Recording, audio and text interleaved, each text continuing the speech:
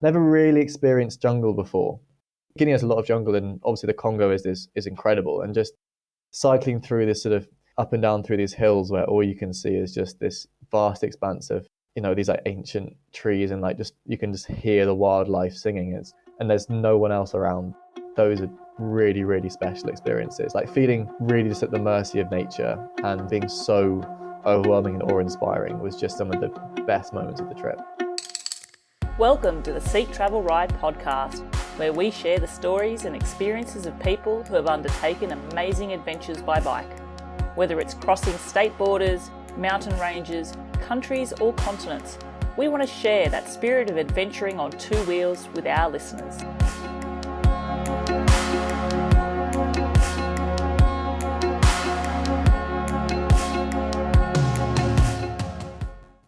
Hello listeners, and welcome to this week's episode of Seek Travel Ride. Now, today's episode is a special one as I feature adventurer Rob MacLennan. Our conversation was so engaging and packed with incredible stories, which meant that the full recording session ran well over 2.5 hours. In fact, I think it was close to, if not after, 1 a.m. when we wrapped the session up. All is to say that today, what you're going to hear is part 1, where Rob will be sharing stories from the first half of his adventure, which took him from the UK across Europe and then down through West Africa. We're going to finish today's episode at the point where Rob is about to cross the border from Nigeria to Cameroon. Stay tuned for part 2, which will be released next week, and we'll explore the rest of Rob's journey.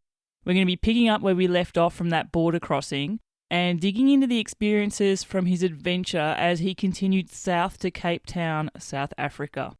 Okay, now let's get into today's episode. Hello, I'm your host Bella Malloy, and I'm excited to introduce my guest for today's episode of Seek Travel Ride, Rob MacLennan.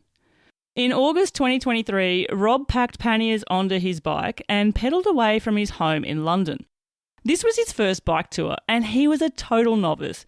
Yet, exactly at 199 days and over 17,000 kilometres later, he would arrive at his end destination of Cape Town in South Africa. This adventure saw Rob travel through 19 countries, his route taking him through the harsh landscapes of the Sahara, across West and Central Africa, down through Angola, Namibia, and finally South Africa. His journey was anything but smooth. He faced some dangerous encounters, including a terrifying moment where he was held at gunpoint in Nigeria. Rob also endured multiple bouts of malaria, battled stomach illness, and had his fair share of bike mechanical issues along the way.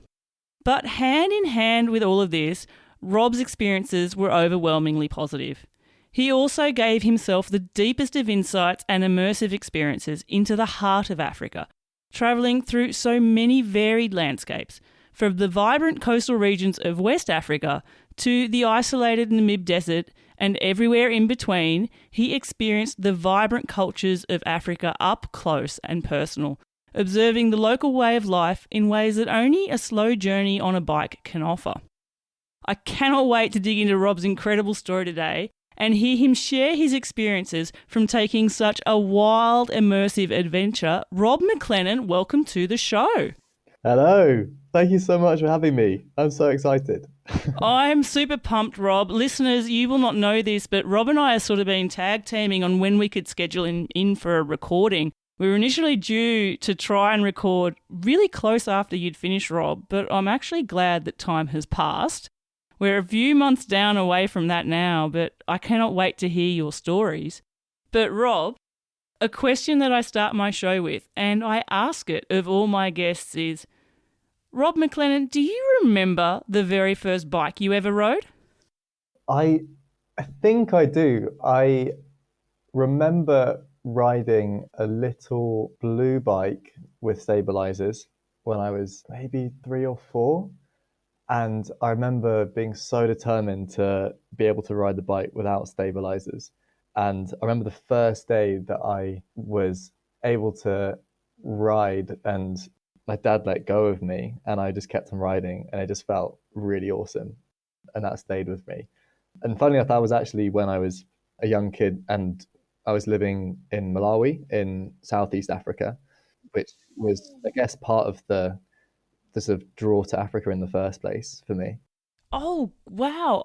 I've interviewed a couple of guests who actually grew up in Africa. I don't know how I missed that you grew up there. I had read that you had had experiences in Malawi, but I had made the assumption quite wrongly that they were more as an adult rather than also growing up as well. Yeah, so my parents were doctors doing medical research out in Malawi, and I was out there till I was 8 years old, and it was just the best childhood. Honestly, it was so much fun. Like life was great. I finished school at 12, played all afternoon, went to the mountains and the river and the lake sort of in the weekends. It was a really awesome place to be a kid and have your first memories. Because I wanted to ask, like, this journey of yours, it was your first experience of bike travel. Yeah. I guess there's two sides of it. First question is, put aside the idea of riding your bike a little bit in Malawi as a kid, but as an adult, were you someone that was into riding bikes? Not really. I I didn't particularly enjoy cycling very much, to be honest with you, Bella. I did cycle my bike around university, but that was like a very small little city, and I did one bike ride that was maybe like 30k, and it was miserable.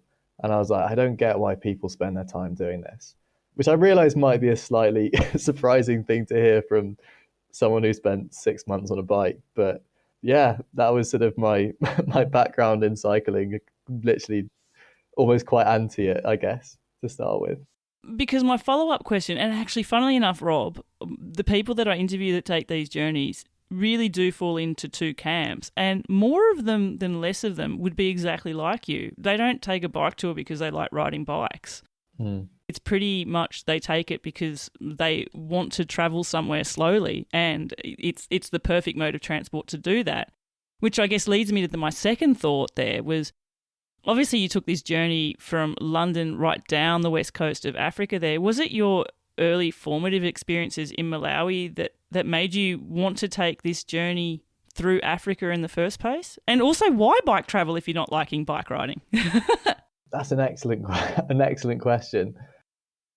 So I've spent a bit of time going back to Africa. I spent 5 months in my year off after school, sort of backpacking around sort of southern countries in Africa, and had an amazing time.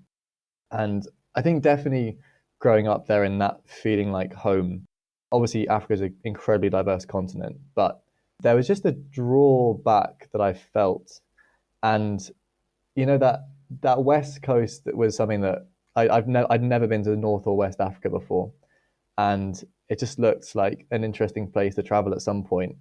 And honestly, just on a complete whim, I just wondered, I wonder if it's possible to cycle a bike down there.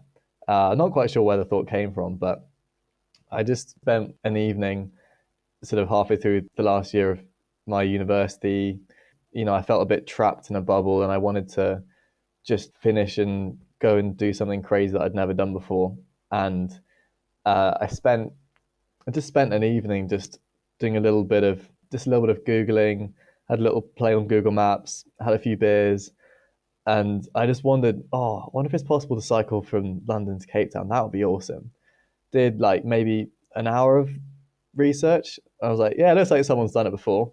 And then and then I walked downstairs the next morning and I told my brother, yeah, I'm going to cycle to Cape Town next year.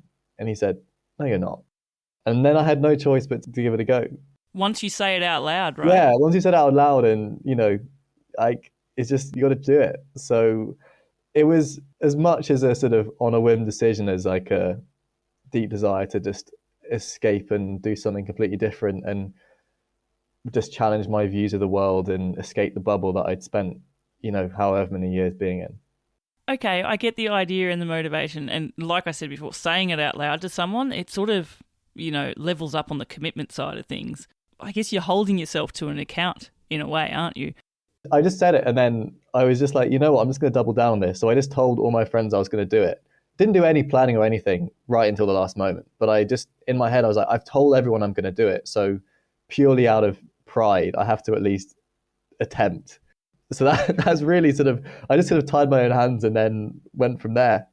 Okay, how does a complete novice decide what he needs to bring and how to prepare for something like this? Were you someone who prepared in quite a lot of detail? Were you someone who just sort of figured out, I'll start and work it out along the way? How did you get ready for being able to roll out from your home on that first day in August? It was a little bit of both, to be honest. There was a super helpful website that I think was called freewheelie.com, which I think a Swiss guy who'd cycled a similar route to me in like 2013 had made an incredibly detailed account of his journey, including a very detailed spreadsheet of everything he took. And I basically used that as a starting point for the things that I'd need. And it was all very last minute. I only bought my bike a week before I left.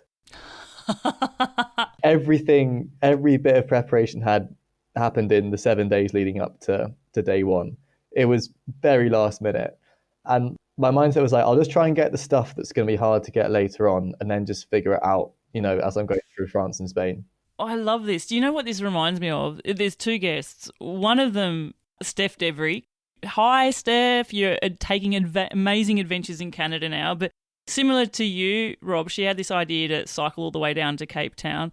And she said to me, I remember in our interview, when I started on day one, I didn't even know if I liked riding a bike. She's just trying to figure it all out.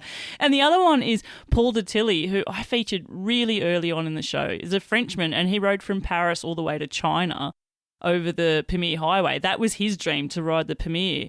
But his training ride leading up to it was like 4 kilometres long, and really it was laps around a Parisian park trying to learn how to, I think, use clipless pedals. So it was I think there is a bit of a sort of feeling amongst a lot of people that sort of doing a big cycle trip or getting into cycling is something that requires a lot of money and a lot of effort and being a bike person. And I wasn't any of those things. End of the day, like, you need a bike and some stuff, and you just need to start pedaling, and it will work itself out as you go along. There was something actually really exciting about just being a complete novice. I think that was part of the appeal, was that I wasn't really, I think the longest bike ride I'd done in my life before day one was something like 40 kilometers. And this, like, day one of my trip was my first time riding the fully loaded bike with all the panniers, first time with clip-ins. It was a lot. I definitely did not prepare very much. And yeah, it was a little bit overwhelming cycling out of London and just being like, I am completely out of my depth here. I have no idea what's going on.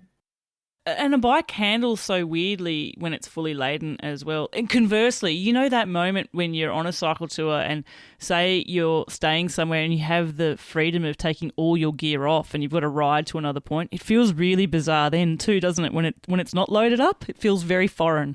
Yeah, definitely. It was, especially taking off like 20, 30 kilograms and suddenly it feels so light. The really extreme feeling was when I got back to the UK and then started riding my crappy road bike, and the handlebars are sort of so narrow.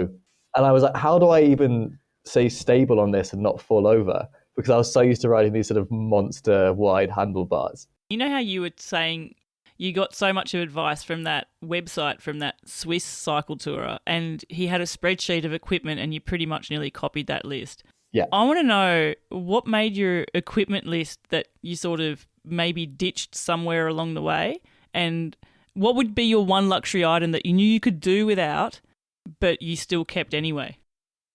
Oh, great question. I did ditch a few stuff. I very quickly ditched the lycra shorts and shirt. I was like, you know what? I'm just going to wear baggy mountain biking shorts and a t-shirt. So much more comfortable and appropriate, I guess. And luxury item. I tried really hard to take as little extra stuff as possible. If I was going to get there in 200 days, which was sort of my time budget, I knew I would have to go quite long distances on average, so I couldn't really afford to take the kitchen sink with me. I did initially take a drone with me, which was epic, and got some great shots going through France and Spain. But then Morocco has this extremely rigid drone policy. You get in serious trouble if they catch you with a drone. And so I got it sent back to the UK and then just didn't figure out the logistics of getting it sent back out to me at another country. So that was a luxury item that I ditched, which probably was for the best, given some of the things that happened later on. One mistake I definitely made, which I would give some serious advice to avoid doing, is I didn't have a tent that was freestanding. So I had a very lightweight tent, which is great if you're going hiking in the mountains or whatever. And it works brilliantly when there's nice grassy soil that you can peg into. Unfortunately, when the two options to keep your tent upright are either sand or just rocky, hard ground, it just became one of the most infuriating exercises trying to put my tent up. And honestly, I spent more nights sleeping on top of my tent than sleeping inside it, just because I just couldn't get it up.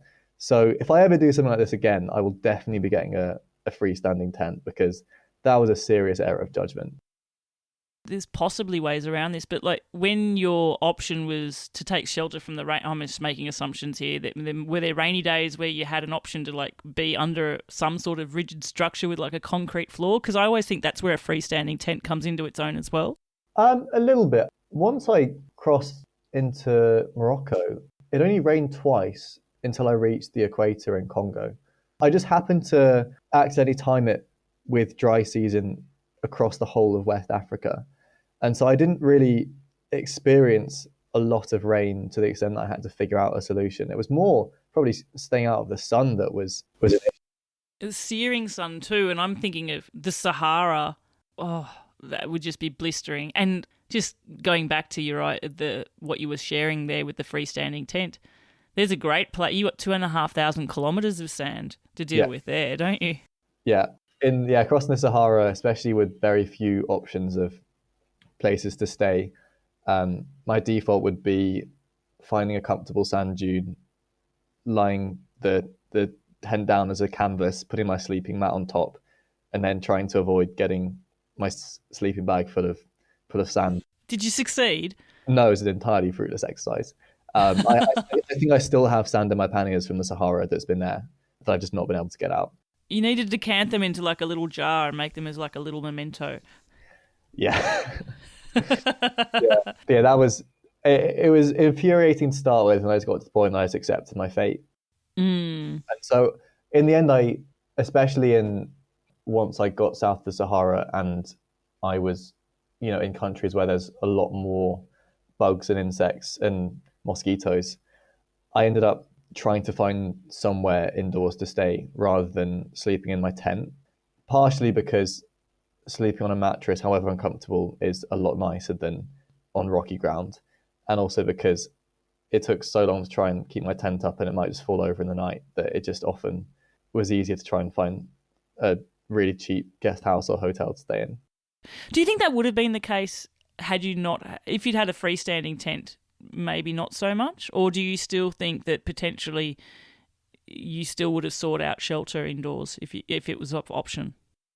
I think honestly, I decided that if I could stay for somewhere for less than $10, then it was worth it. I wasn't trying to do it all on a shoestring, partially for sleep and partially because even just washing myself in a bucket of cold water feels so much better than trying to get to sleep covered in sweat, horrible dust. Yeah.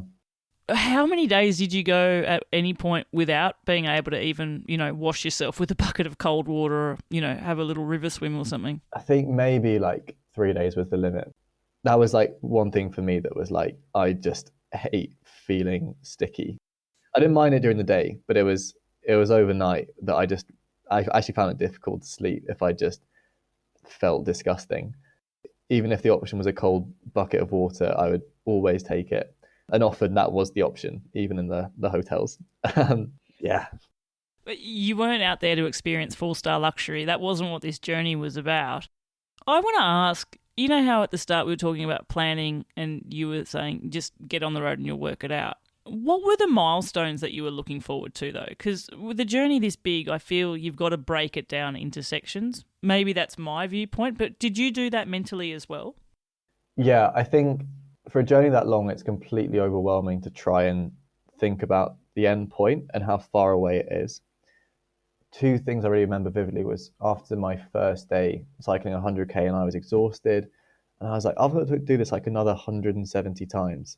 I don't know how that's going to happen. It just felt completely overwhelming. And the second experience was I remember crossing on the ferry from Gibraltar to Morocco, and I'd spent a weekend with some friends in the south of Spain just before that. And I just remember thinking that the next time I'm going to see any of my friends or family, I'm going to hopefully have crossed this entire continent. I can't even fathom how big that is. And just how overwhelming it was. It's really hard to like stay positive and motivated when you think about things that way. I just sort of broke it down and said, okay, this is where I want to try and get to today. And even each day, I broke down into each 10 kilometers at a time. And some days, which were really tough, it was just down to getting through the next 10 kilometers and getting to the next service station where I can get a little bit of a break from the heat and get a cold drink from the fridge. And I definitely felt that breaking it down into just the next few days and today and the next 2 hours just made it mentally possible to get through. And that's why I found it really weird getting to the last sort of month of the trip and getting towards South Africa and thinking I might actually get to the finish. Because I never really allowed myself to believe I would get there. But I also never thought that I wouldn't. In a weird way. It just became a case of I know what I roughly need to average every day, and I'm just going to try and think about one day at a time. Yeah, as I said, getting to that towards the end and thinking about that endpoint on the horizon was really weird mentally to try and sort of grapple with, because I almost felt scared of thinking about the fact that I was nearly at the end, both in terms of coming back to real life, but also this sort of fear that something might go wrong at the last minute. I don't think it's possible to try and do any kind of huge or undertaking without breaking it down into really small parts. Otherwise, it just becomes overwhelming and you just find it so hard to not give up. You know how you broke things down to every 10 kilometres? I think that's such a cool technique. And, let's get to the next service place where I can get a cold drink. In fact, actually, something I did learn when I was researching about you, Rob, and looking through some of your old stories on Instagram was something called melon milk exists. Oh, melon milk. Do you miss it? That is that's nectar of the gods, that stuff. Unbelievable. What is it? and what sort of melon are we talking? Are we talking like a green melon? Is it like a rock melon or cantaloupe or what? And how is it milky? Is it like almond milk where it's not really milk but we'll call it that? Like, what is it? It's exactly what it says in the tin. It's like it's a can of milk mixed with sort of cantaloupe melon juice. And I know that sounds horrible, and I didn't try it for the first few times I saw it because I was like, that sounds disgusting. This was sort of in Mauritania and right in the middle of the Sahara that this was the case. And one day I was like, you know what? I'll just give it a go. And it changed my life. Honestly, melon milk changed my life. That stuff was just the most... Clip it up. That stuff was the most refreshing drink. Shout out to Stan and Jamie, who also love melon milk. Hi, Stan and Jamie. Yeah, converts to the nectar. But yeah, it was just this incredibly refreshing drink that obviously it's lovely to have like a Sprite or a Fanta and that like cold, bubbly hit when it's like 40 degrees outside and you've just been sweating buckets is just incredible. Yeah, melon milk was just something else.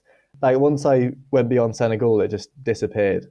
And then one day in the middle of Congo, I walked into a little corner shop and there in the fridge was melon milk, and it just made me so happy. And I've not had it since then. And I genuinely want to sort of bulk order in from, I think it's from Thailand. It comes like just a huge crate of melon milk and just... As your Christmas present. As my Christmas present, yeah. Like, honestly, mum and dad, if you're listening to this, crate of melon milk, you're a very, very happy boy. I love this. I love this so much. I'm curious to try and try it. In fact, I know I've got listeners who are in Thailand, or maybe you're even listening in countries where you've seen it. Yeah. Do me a favour, have some melon milk and tell me what you think of it. Get in touch and let me know. Are you a fan? I mean, melon tastes amazing, so I guess in liquid form, why wouldn't it? It would be refreshing. Sugar, combined with that, well, for some reason, I wouldn't normally drink milk as a like refreshing drink, but for some reason, it's just a combination that doesn't make sense, but just does in the most beautiful way possible. Because in the Sahara, like, oh, I feel like we're skipping ahead. And actually, I want to take you back a little bit, Rob, Sure, sure. because I feel it's so easy to just focus on the African part of this journey because a lot of the big adventures are contained within that. But Yeah. you did actually cross Europe first via France and Spain. And the first part through France, you were actually with a friend there, weren't you? Yeah, so I spent the first 10 days with my friend Seb. Shout out to Seb if you're listening. Hi, Seb. So Seb, bless him, had definitely a bit more experience cycling and multi-day cycling than I did. And honestly, having him there with a little bit more reassurance was just so helpful to me because I think just it would have just been just so much just to be by myself with just everything being completely new and just overwhelming. And it was just really fun to have like a companion to, cycle alongside through France, which often is not the most exciting landscapes. A lot of cornfields. A lot of cornfields, sort of in early September. Yeah, now it's just really delightful, and it was, I guess, the start of a sort of bigger thing that made the journey possible, which was that every country I went through felt like something slightly harder than before. If I'd just been dropped in Senegal or Guinea, there's no way I could have coped just because it would have just been way too much all at once. But going through France first, that was, more familiar. I was with a friend, and then Spain was more challenging. There was more mountains. It was hotter, but still European, a bit more familiar. I could go into a decathlon and get a spare part if I needed. And then Morocco was again a bit more challenging, very like culturally very different to anything I'd experienced before, but still good quality roads, very safe environment. And then yeah, it sort of continued on where each country had a new set of challenges that slightly expanded my comfort zone, which meant that I was ready to take on something a little bit harder the next time. And that's definitely made a huge difference in building up my resilience to deal with problems as they arose later on in the journey. Yeah, big shout out to Seb and just like that first week of companionship to sort of get me going in the first place. Can I ask, where did it sort of feel natural to be doing what you were doing then? You know how you mentioned it was great to be with Seb because it sort of kept you calm, you weren't out there on your own. When you were on your own, did it start feeling natural? You know, the first week of anything is super hard. So then take Seb away, the first week of being back on your own may have been a little bit of another hard step, but did it sort of find its own rhythm for you? Yeah, I remember cycling away from Bordeaux where we left each other and he got the train back to the UK and I continued. I just remember cycling away feeling like, wow, I'm on my own now. This is it. This is where it really starts. And it took a few weeks to really feel comfortable and get used to it. But then I can't remember exactly when, but there just became a day, maybe sort of down Morocco at some point, where I just this is just what I do now. This is what my life looks like. I get up, I find some coffee, I get something to eat, I get on my bike, I cycle, and I try and cycle 100k. I find somewhere to sleep. I try and find enough food, and that's just what my day looks like, and that's what life is for the next 6 months. And there was something so sort of relieving about that experience. Obviously, there were so many challenges, but there was such a freedom in just being by myself with my bike and having nothing else really that I'm accountable to. That all I really needed to do was just make a bit of progress, find shelter, find food.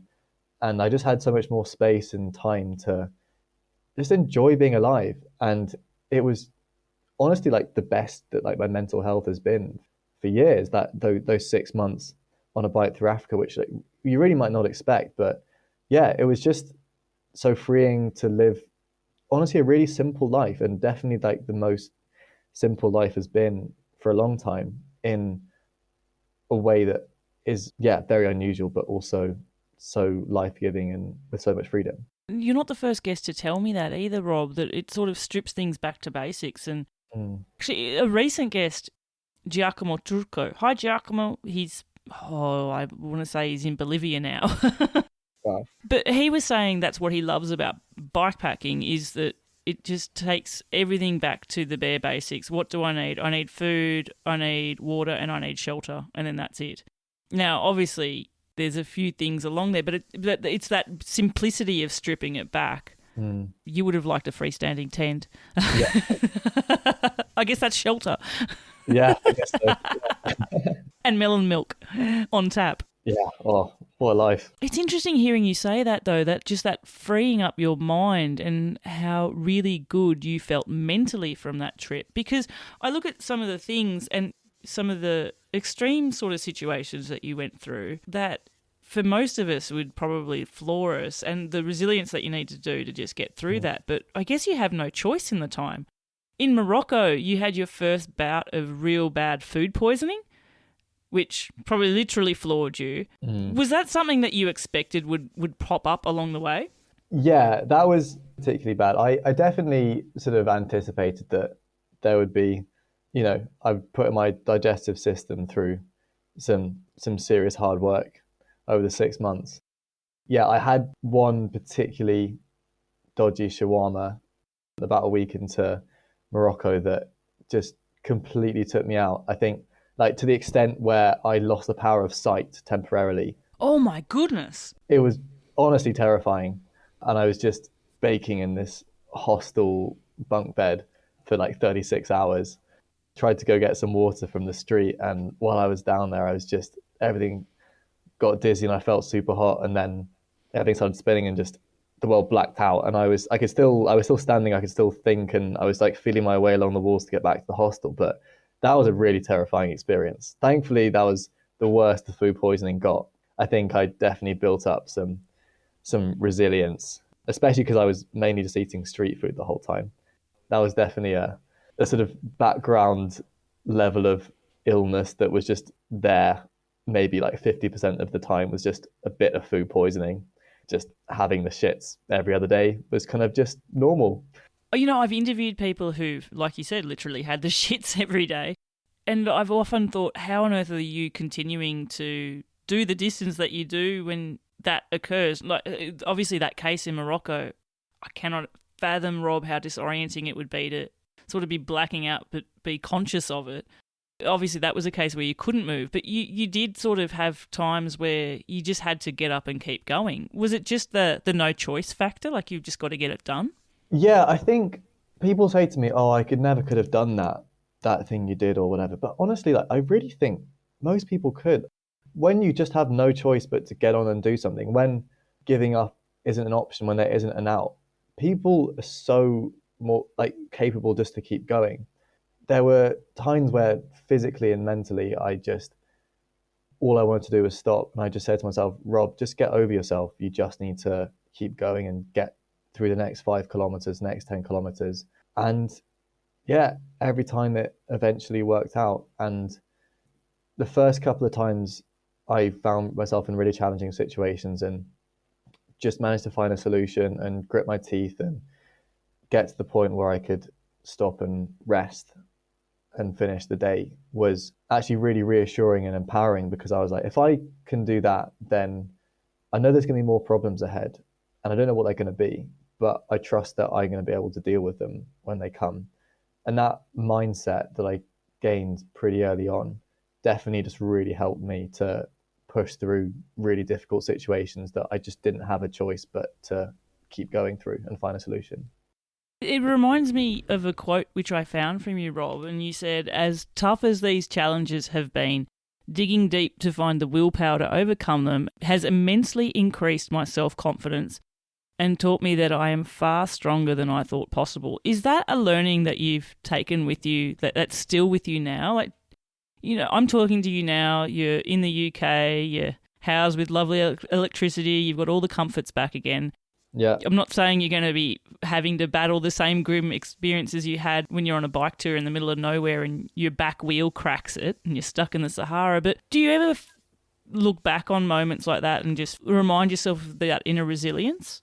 Yeah, I definitely feel more assured in myself. And I think having been through a lot of really, really tough situations and just knowing that I did manage to dig so deep and push through, and that I think having experienced that myself has just given me a quiet confidence in life that generally, whatever it throws at you, there'll be a way to deal with it.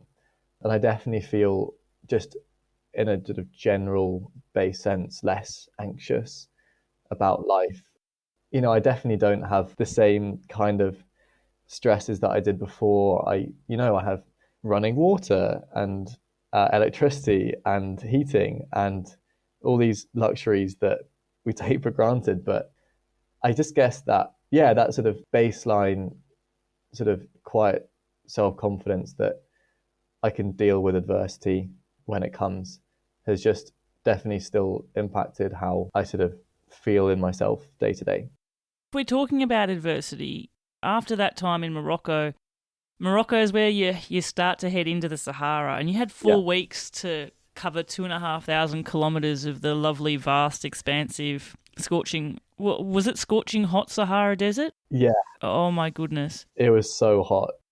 Yeah, it was epic. And I remember just being in the middle of the desert and just looking in every direction, and all I could see was sand. And just knowing that for thousands of kilometers in that direction is just more and more sand was just crazy to think about. And yeah, just going like 4 weeks without seeing anything green, being like 40, 45 degrees pretty much every day. Also, this was the first sort of really big, difficult, in a sense, section. And in hindsight, crossing the Sahara was pretty straightforward relative to the traveling further on in the trip. But at the time, it felt like a massive deal. But it was a flat tarmac road that was well maintained, had good phone signal, and there was a strong tailwind almost the whole way.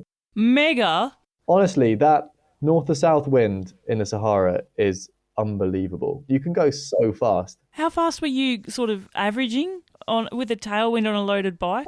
I averaged like 30 kilometers an hour for a full day of cycling.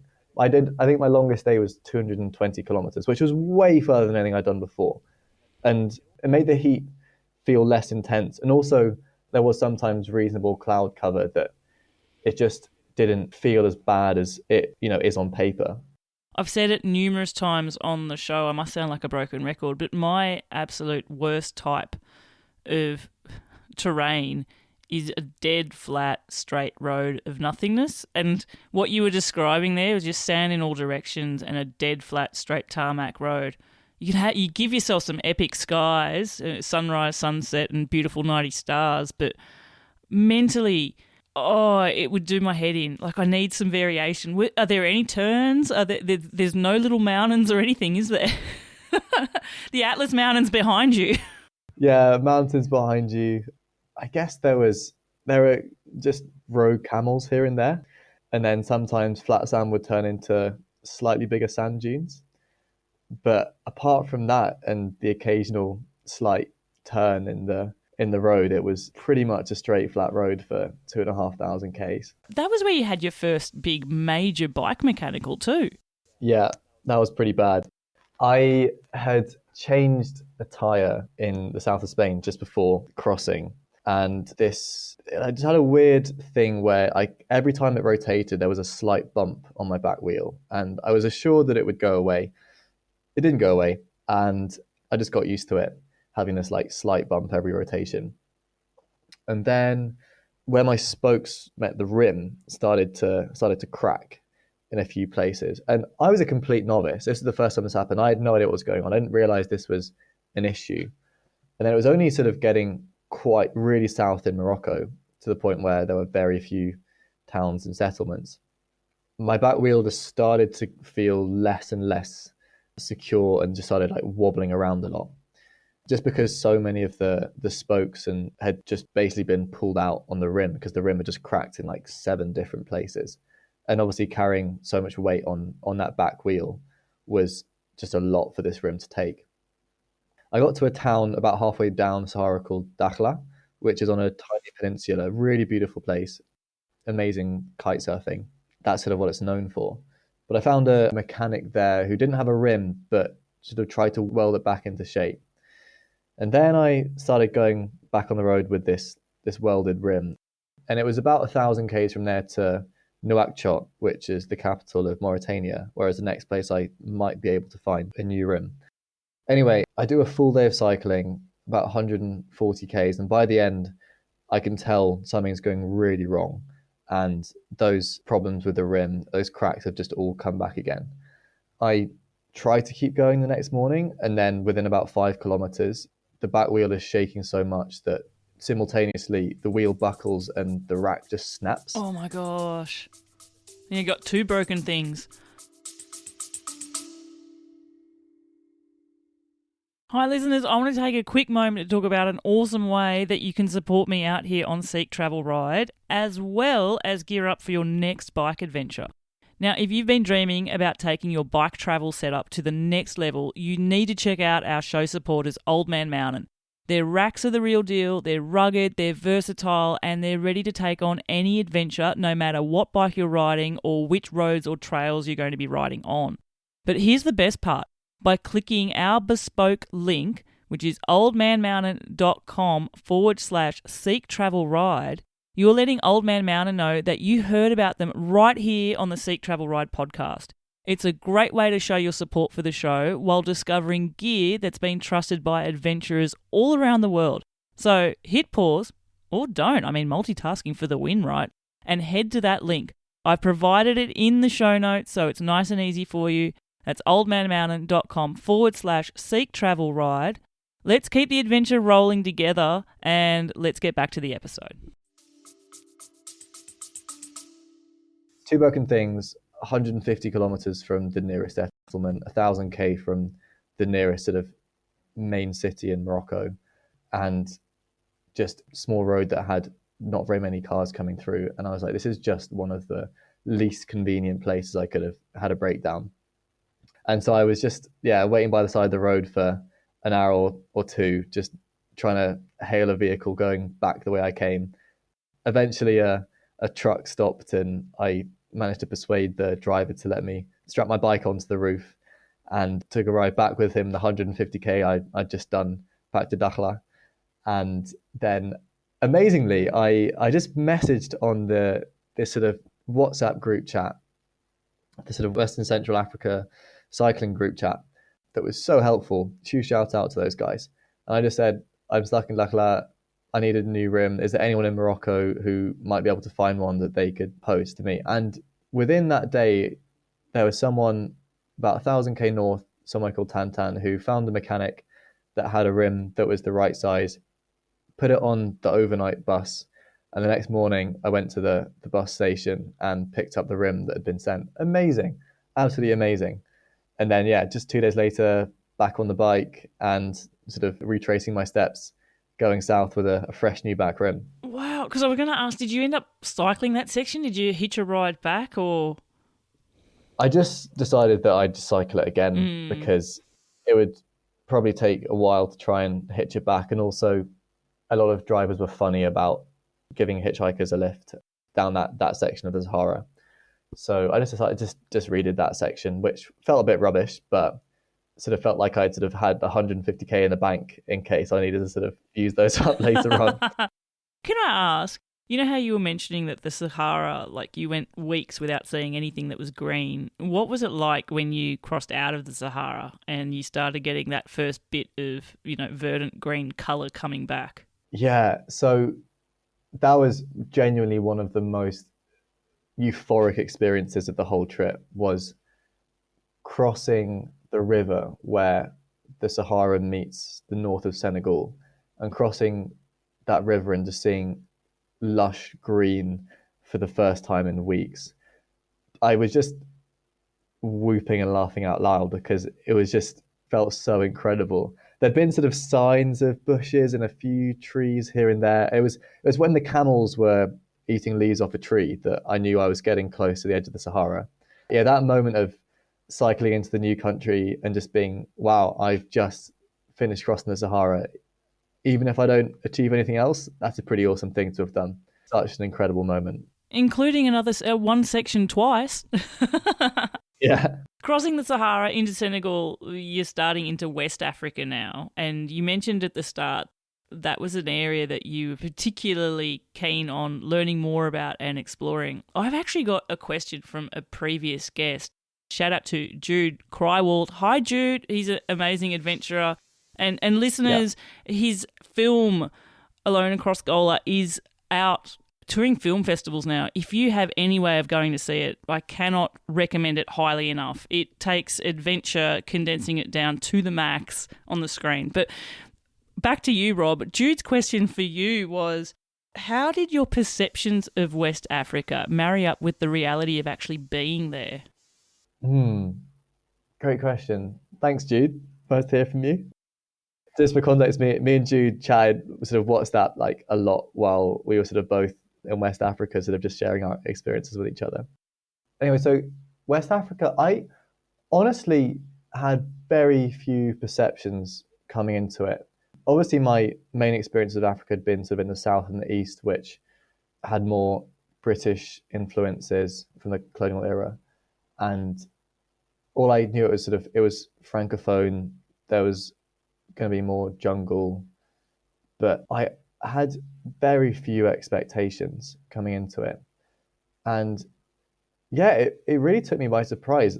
In a sense, it was very similar to my childhood memories of East Africa in Malawi, with, just a lot of familiarities and I guess like just the warmth of the people, even like just the glass bottles of Coke and Fanta.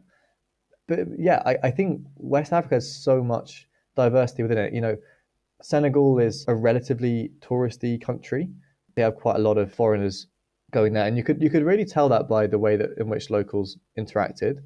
I definitely felt in Senegal the default interaction that I had with someone as I cycled by was them, shouting "Argent, argent, money, money, gift, gift," and I really get it, and that's something that I definitely had anticipated. But there was something about just that being what almost every interaction felt like that did start to wear me down a bit. But then going into Gambia, which is this tiny country within Senegal that was a former English colony, that was a very different vibe switch, and that was sort of more very similar, more a lot more similar to what I was used to, and super lovely people, really nice food. And then going into Guinea was completely different. And this is a quite a big country that has very, very little tourism, and the roads are really bad. And even internally, there's not very much movement because of that. There was such a privilege. It was just so great cycling through really remote villages and just people being and kids just being so excited to see someone on a bike cycling past. And I remember speaking to people in like a little roadside cafe shack in the mornings, and they'd be like, "Oh, you're the guy who arrived on the bicycle yesterday. Like everyone's been talking about it." And there's something very humbling about feeling like even just cycling past being one of the most exciting things happening in that village for weeks. And that was a really, like, really, really incredible sort of thing to experience, sort of day after day after day. And that was really the story of the trip. That's what the default experience I had was. And as a British white guy cycling through former colonial countries in Africa, there's a tension there, and I was really conscious of being treated differently to if I was a brown or a black guy cycling on a bike, both in being treated better, but also sometimes being treated with suspicion. And I think I felt something so, I'm not sure what the right word is, but there's something very humbling about the fact that these people had absolutely no obligation to be kind to me or to be welcoming. And yet I had so many experiences of people in very, very poor situations being so generous and so kind with their resources and their time and their enthusiasm. And it was just a real reminder to me that humans are human, and you don't need to be incredibly wealthy to be generous with what you have. And I was really, really humbled by those experiences going through West Africa. I can just feel that cool excitement in a village. Oh, you're the guy that arrived on a bike, and I can take myself and picture what that excitement around you is like. And I mean, I've interviewed guests and I've seen their photos of all the kids sort of hanging around you and running up next to you on a bike and stuff. And I can imagine there's a flip side to that where at times it can be overwhelming too to be the centre of attention in that sort of scenario. Was that ever the case for you as well? Yeah, so it's a good point, and I think sort of on that first bit, like there were just so many just amazing moments that made me smile so much. Where I'd sort of cycle past a school, and all the kids would see me and just like run after and just say like bonsoir, bonsoir, bonsoir, even if it was like 9 a.m. And that made my day every day. But on that point of it being, being the center of attention, being too much, I really felt conscious of it actually really being a privilege to, to be different and to be doing what I was doing. Having the opportunity to cycle through these countries, and the opportunity to travel and to explore, and not to just be all consumed by feeding myself and my family, like that is such a privilege to have that opportunity. And I think the very least that you can do in that context is to acknowledge and like wave back and say hi back to people who are enthusiastic to seeing you, because that might make their day. And for you, it's just another interaction with another stranger. But in Nigeria, for example, there were so many conversations I had with people who were even like very close to the main road, where I was the first white person they'd ever seen, let alone spoken to. And for them, it was so exciting to sort of make a connection with me and like, ask my WhatsApp. And I get messages still 6 months on, most days, from +234 numbers, from people that I met for a few minutes, sort of asking how I'm doing. And like for them, it's like super exciting to have an English guy that they met as a friend.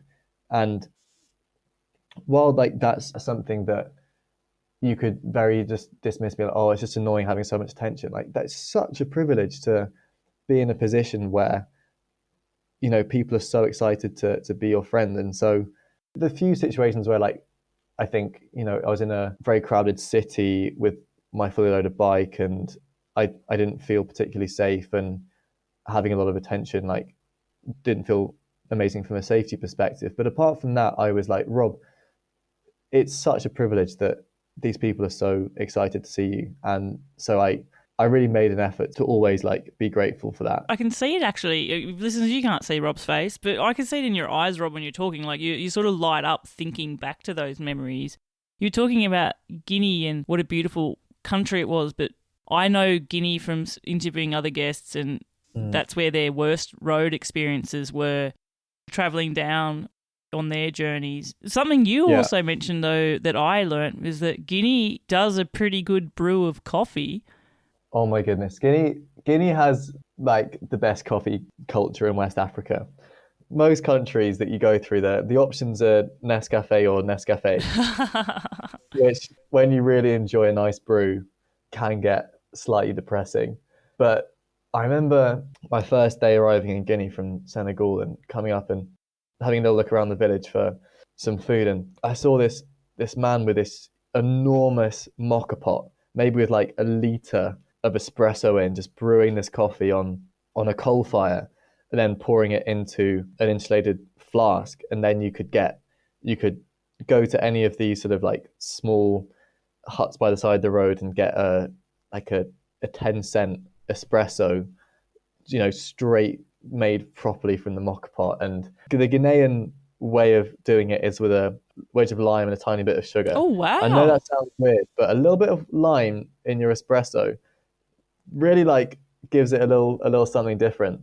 But yeah, after weeks of instant coffee or just going without completely, it was amazing to have these like proper nice sort of espressos and just sit with whoever else had stopped there, the police guy or the truck drivers or the locals, and just talk about whatever they wanted to talk about in my limited French.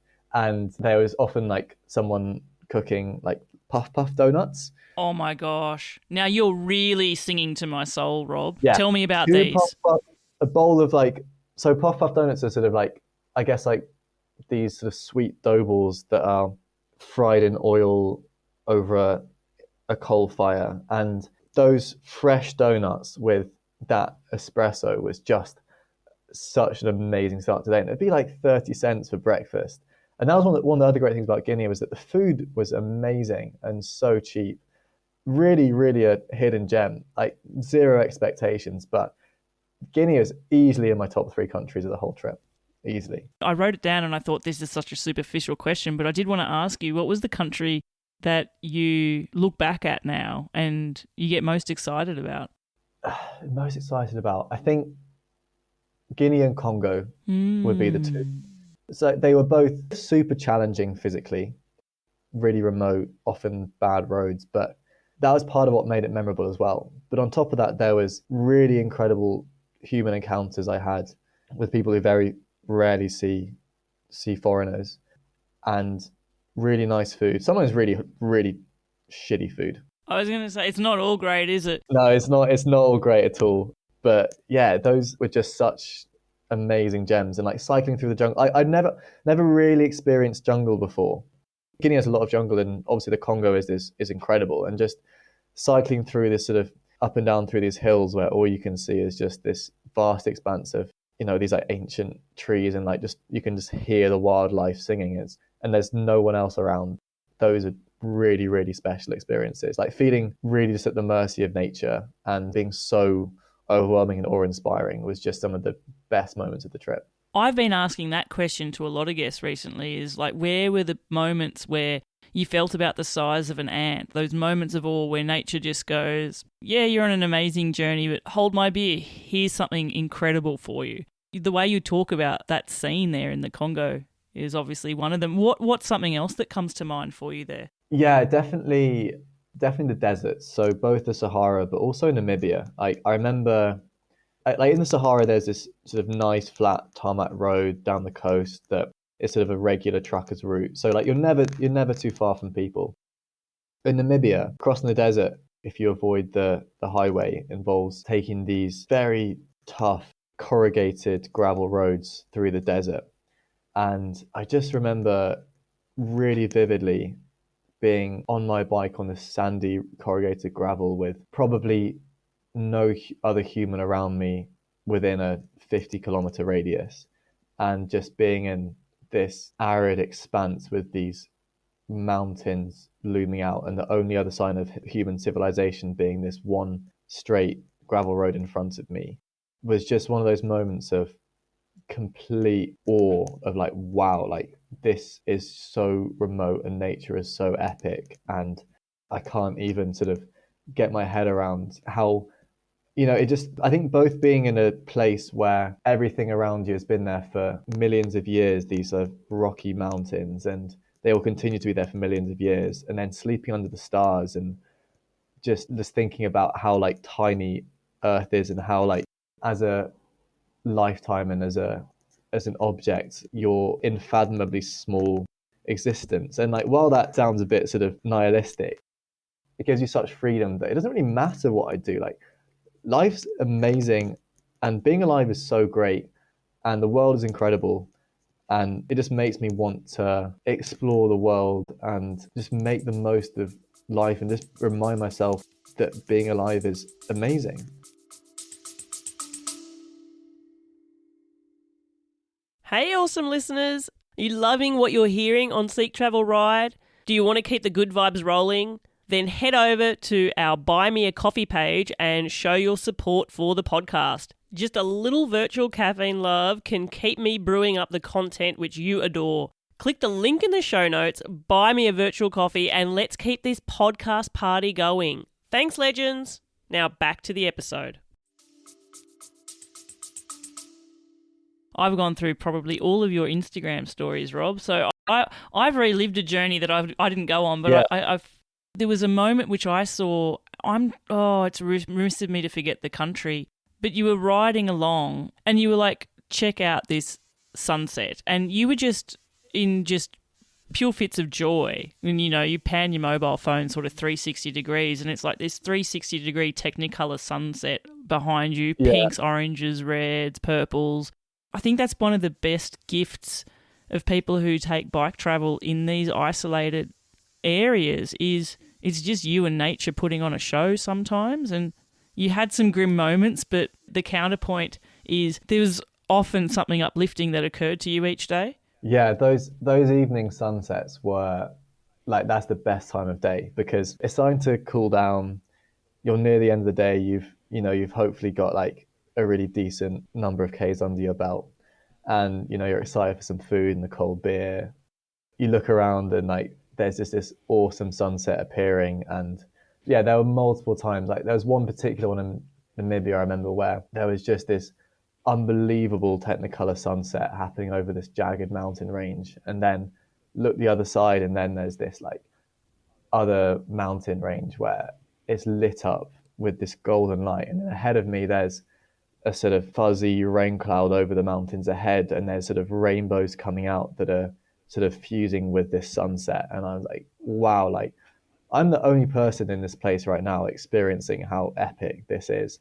And there was just something so exhilarating about being in that. And like, once if you've been alone all day and you've been pushing your body, you just become a bit delirious. And then being in that sort of epic experience as the sun is setting is just a different level of euphoria. Put you in the right mood for the end of the day too. Yeah. And did you find yourself looking forward to that every day in a way? Like, did you find yourself consciously sort of looking forward to, it's going to be sunset soon? Or were you sort of racing the clock to find somewhere to sleep? It was a bit of both.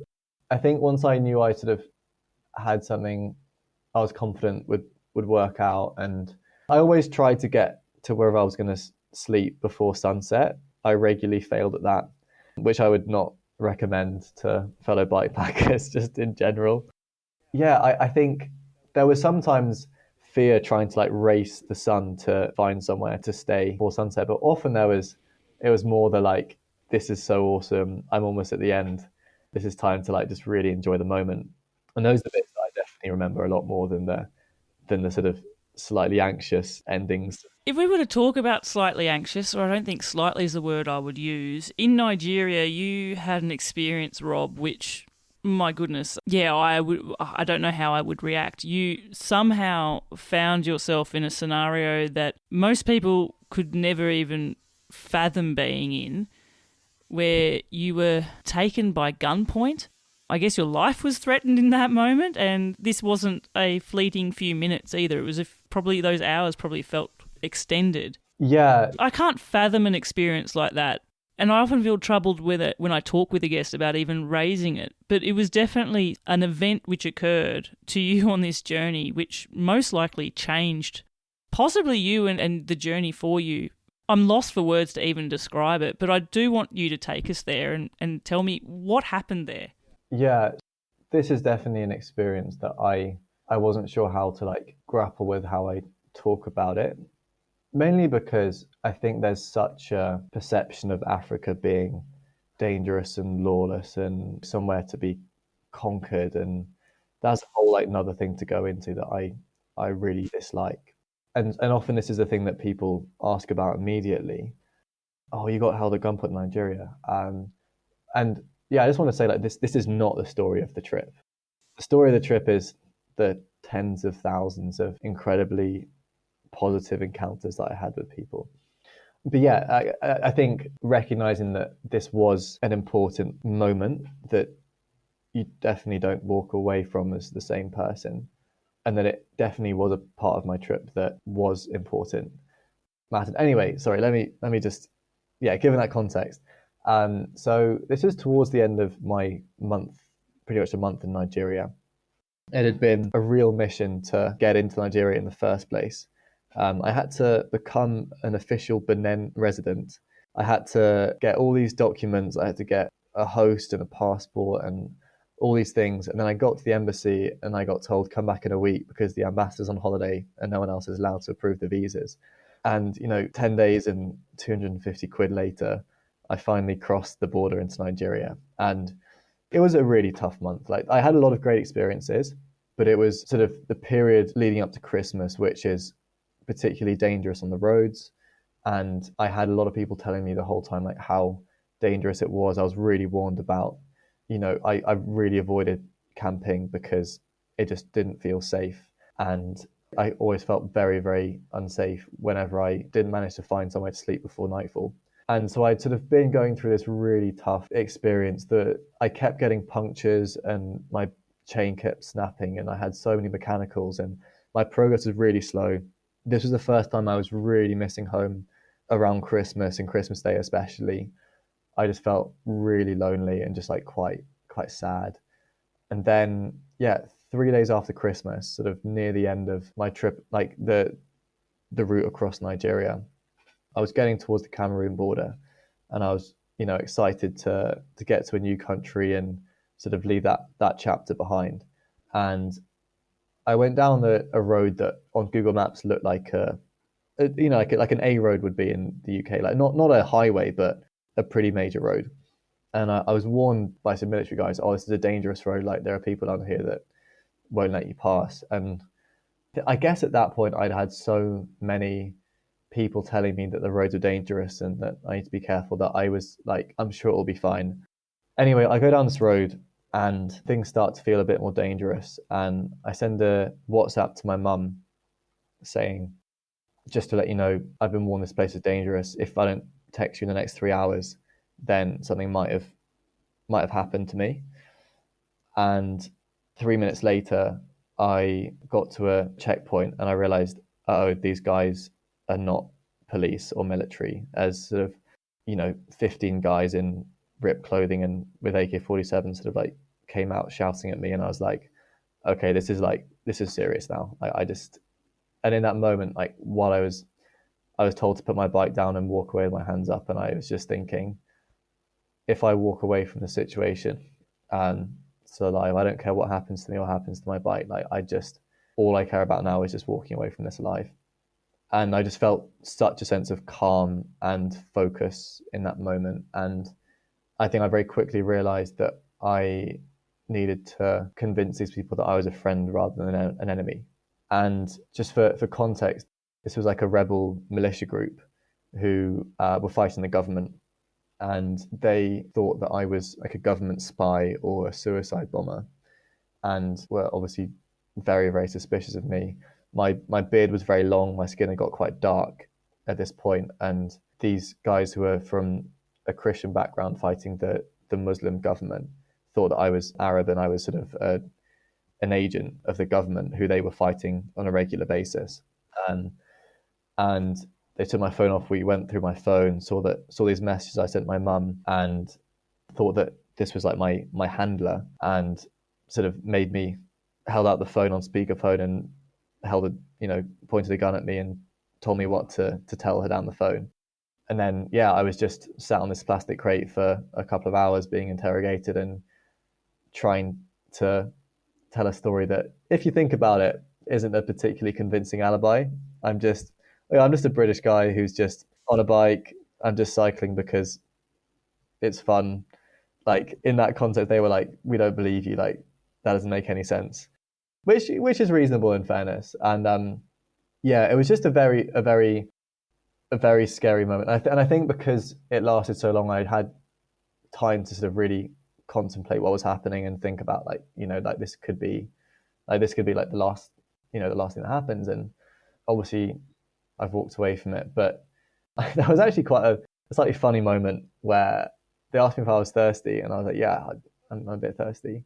And they gave me this plastic sachet of gin to drink, which is sort of how spirits are sort of consumed in a lot of West African countries, is through like almost like ketchup sachets but clear, just like almost like a shot but in a sachet. And I just had this incredibly surreal moment where I was just thinking, like, I'm sat on a plastic crate in Nigeria, sat with a group of rebel militia pointing guns at me, drinking gin out of a sachet at 11 a.m. at Christmas. Like, this is probably the most surreal moment of my life. And I was also sort of sat there thinking, oh, like I want to drink this because I want to show that I'm, happy to drink alcohol and that I'm I'm not being unfriendly, but I have quite a long way to cycle still today, and I don't want to get pissed at 11 a.m.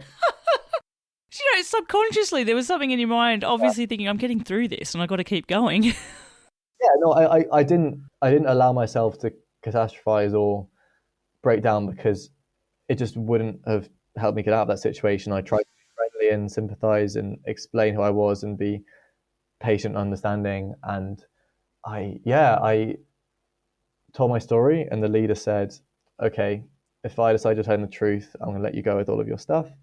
If I decide you're lying to me, then yeah, I'm gonna shoot you." And so I was just sat there, sort of in this limbo for a while they went through all of my bags and sort of asked me what all of my different items were. Anyway, eventually, the leader said, "Okay, it's fine. I believe you're safe. You can go." And as I'm packing up, he says, "Have you got something for me?" And I was just thinking to myself, like, you could take anything I have. Like, you're the guys at the guns here. And I said, I offered him my money, and he was like, "No, I don't want your money." And I was just thinking, like, what have I got this guy could want? And then I found like this packet of like energy sweets of dextrose that a friend had given me in Spain that I'd been saving up for a rainy day. Anyway, I thought maybe this will do it, and so I sort of said to him, "Oh, Dad, I want these really nice sweets. Do you want them?" And he was like, "Oh yeah, brilliant! Like, I'll have those." And so I gave him my sweets. I got back on my bike, and his little brother, who was wearing a Santa hat, escorted me through, 10 kilometers of rebel held territory, which was just, yeah, a long end to a very surreal and very bizarre and scary experience. And, I got back to safety, and I got back to the main highway, and I just like, it was just emotionally so overwhelming, and I was just so grateful to be alive. And obviously, like, called my mum, and like, who had probably been more scared than I was, because she just, cool, which obviously like was a bit suspicious, saying, "Oh, don't worry, mum, these people aren't terrorists. You don't have to do anything," which is obviously a super reassuring Yeah. thing to.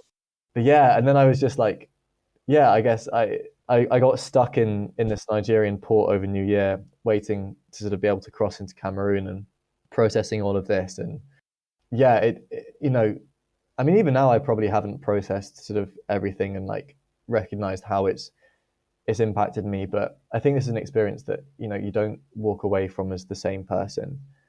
And I just feel such a renewed sense of life being so valuable, and that we just can't take every day for granted. And I have to remind myself, like, there's no reason that you're still here. Like, that could have been the last day. And in a way, like, sometimes I need to remind myself that every day is so precious, and you can't just think, oh, like, I'll just allow myself to just be in a place I don't want to be, because in 20 years time I'll be happy. Like, I think that's not sort of honoring to life as a sort of thing. And it just made me realize, like, it's just, being alive is so great.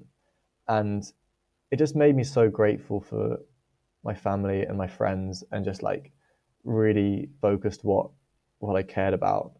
And yeah, it just changed like how I felt about life and death. And actually, like, after that, I felt less scared about sort of being in a really scary moment again, because I'd been in a situation where I'd had to face the very real possibility of that being the end, and actually experiencing that for myself, and be able to get through it and know how I reacted was, in a sense, reassuring.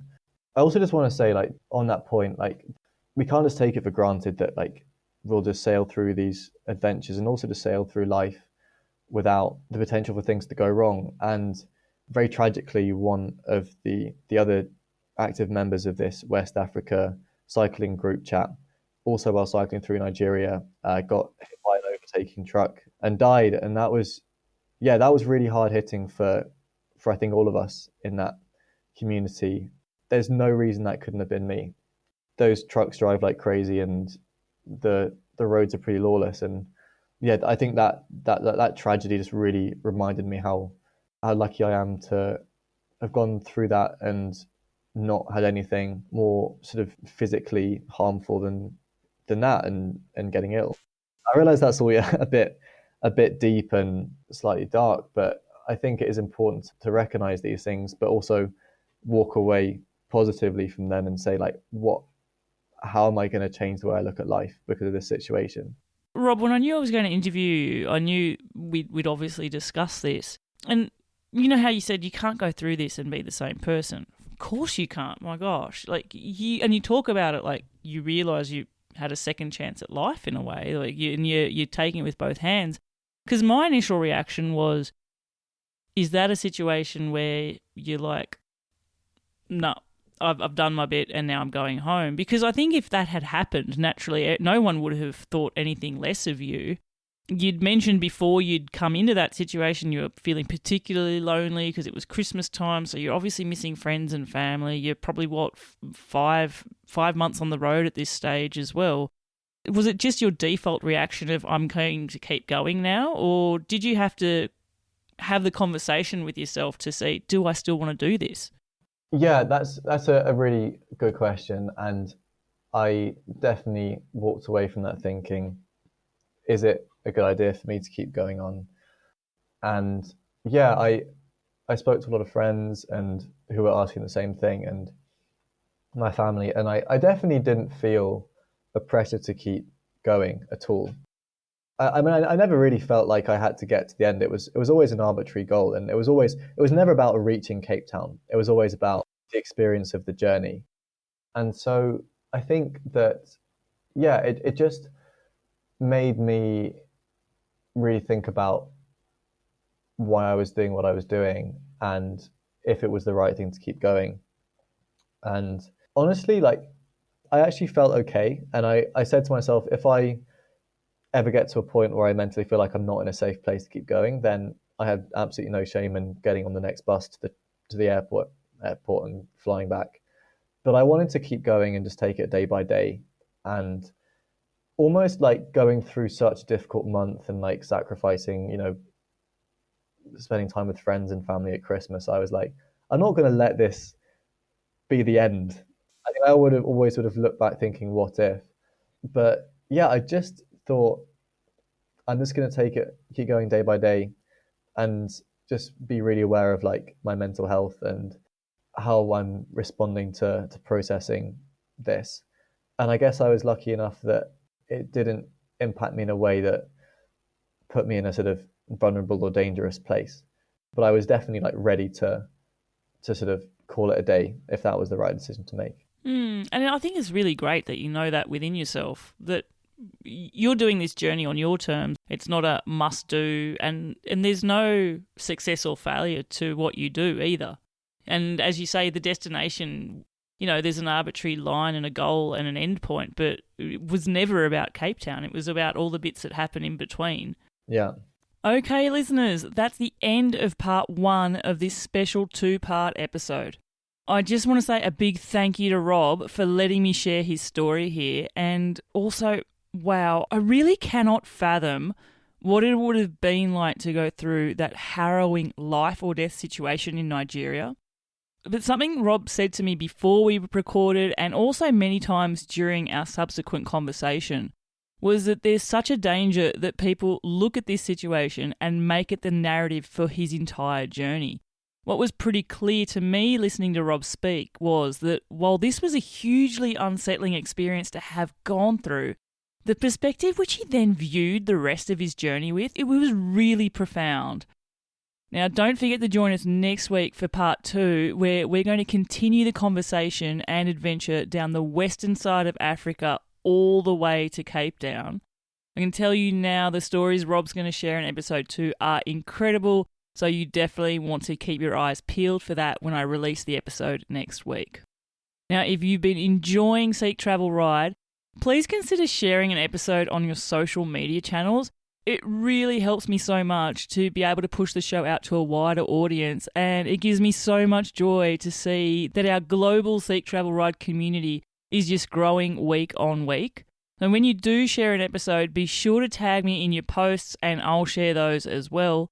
For me, the best part of producing this podcast is that global community which has sprung up all around, and I can thank all of you awesome listeners for helping me to make this possible.